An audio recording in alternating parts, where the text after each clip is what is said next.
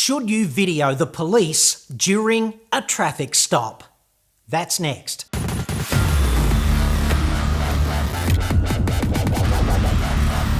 I'm John Cadogan from AutoExpert.com.au, the place where Aussie new car buyers save thousands off their next new cars. Hit me up on the website for that. This question about filming the cops, it's all over the web. So let's drill right down into it. I think you should always film them whenever you are pulled over.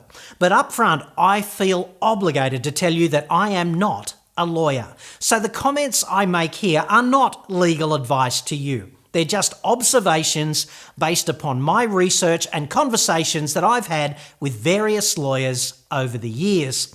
Also, this research is Shitsville specific. And by Shitsville, I mean New South Wales, arse trailers, most populous state, home of the Harbour Bridge and the Opera House. Yes. Mileage may vary in other jurisdictions, obviously. First up, why would you even want to film the cops? Well, I'd suggest it's because they're lying arseholes, at least potentially. And the Highway Patrol here in Shitsville is the closest thing that we have to an outbreak of full-blown Gestapo.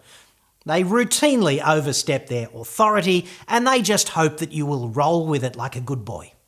In a traffic stop, the cops have a lot of power, or at least a lot of discretion to use it, so a good place to start is don't be a dick.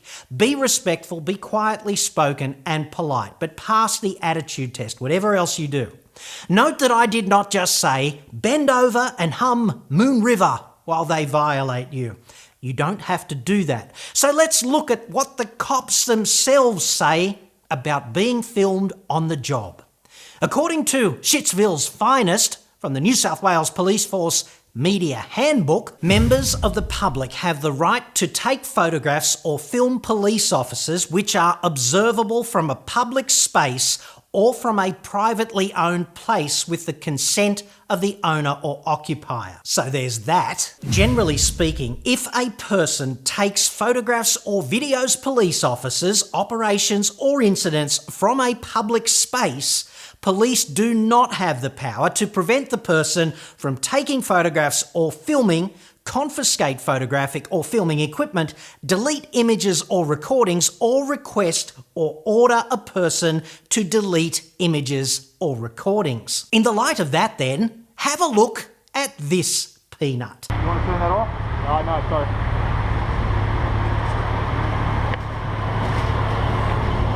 Yeah, I won't turn it off. Yeah, turn it off.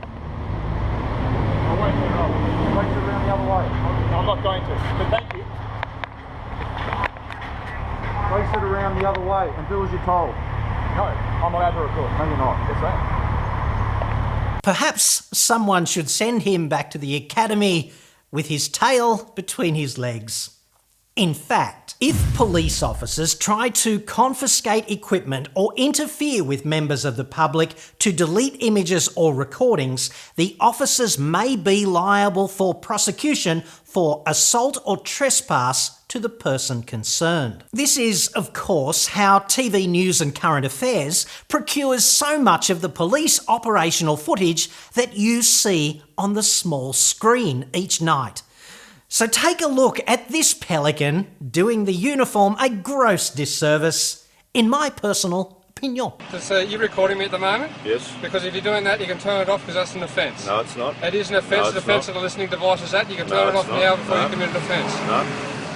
It's not an offence at all, mate. Well, mate, at this stage, if you don't turn that off, you are going to be arrested because I'm not giving you consent to record me. Or whatever, mate. All right, mate, turn the truck off, please. Here in the beautiful former convict paradise of Shitsville, the Surveillance Devices Act 2007 regulates the use of listening devices. Specifically, it's illegal to eavesdrop on or record private conversations. I distinctly remember when I was a host on talk radio, this woman rings in on the open line during the regular technology segment because she wanted the best smartphone on the market to covertly record conversational admissions she hoped to elicit from her ex-husband. We pointed out that that was kind of a bad idea.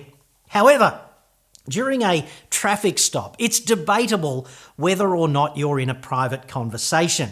It seems to me there's a clear expectation that a record of what you say will be used by the cops in court to prosecute you if you make any admissions that have good evidentiary value, or if they just decide to lie. Heaven forbid. The Surveillance Devices Act says it is legal to record a conversation if you're a party to it, as you are during a traffic stop, provided it is reasonably necessary for the protection of the lawful interest of that principal party, i.e. you. Or if the recording is not made for the purpose of communicating or publishing the conversation or a report of it to persons who are not parties to the conversation. On the basis of all of that then, it seems to me that a traffic stop takes place in a public space. It seems to me there's no presumption of privacy in any official conversation with the cops.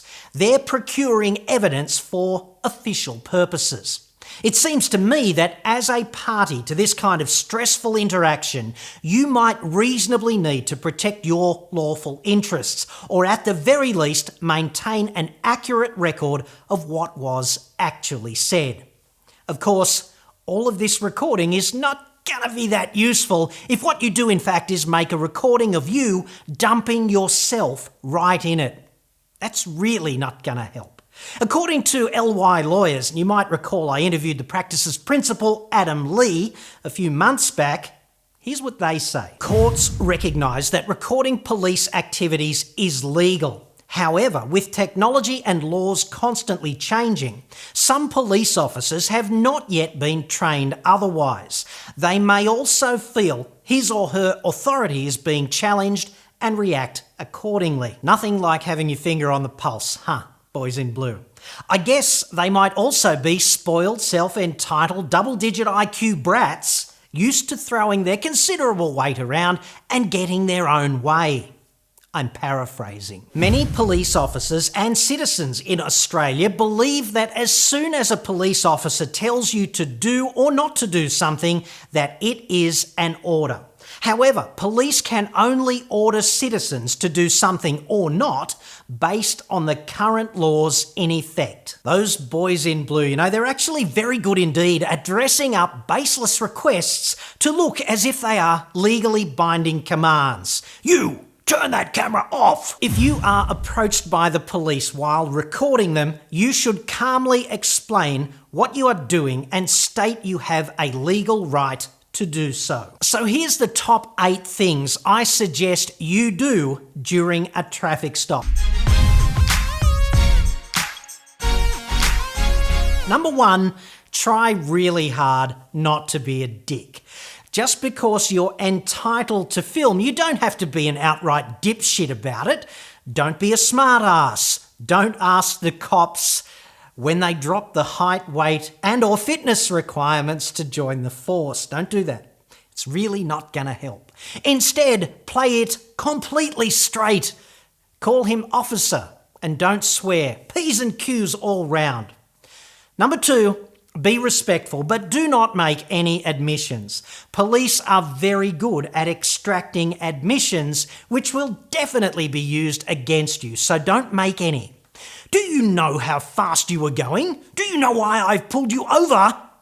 Because I was speeding? Bow. Case closed. Go to jail. Do not collect $200. Your worship, he told me he thought I had stopped him because he was speeding. This could be the only evidence against you, so don't do that. Number 3, the best way not to make admissions is not to answer questions. Do you know why I've stopped you? Officer, I respectfully decline to answer your questions during this interview. Repeat. You have a right to silence. There's nothing shady about it whatsoever. Normal rules of social discourse do not apply during a roadside stop. You are not in a position to exonerate yourself here, so all you can do is damage your case by talking.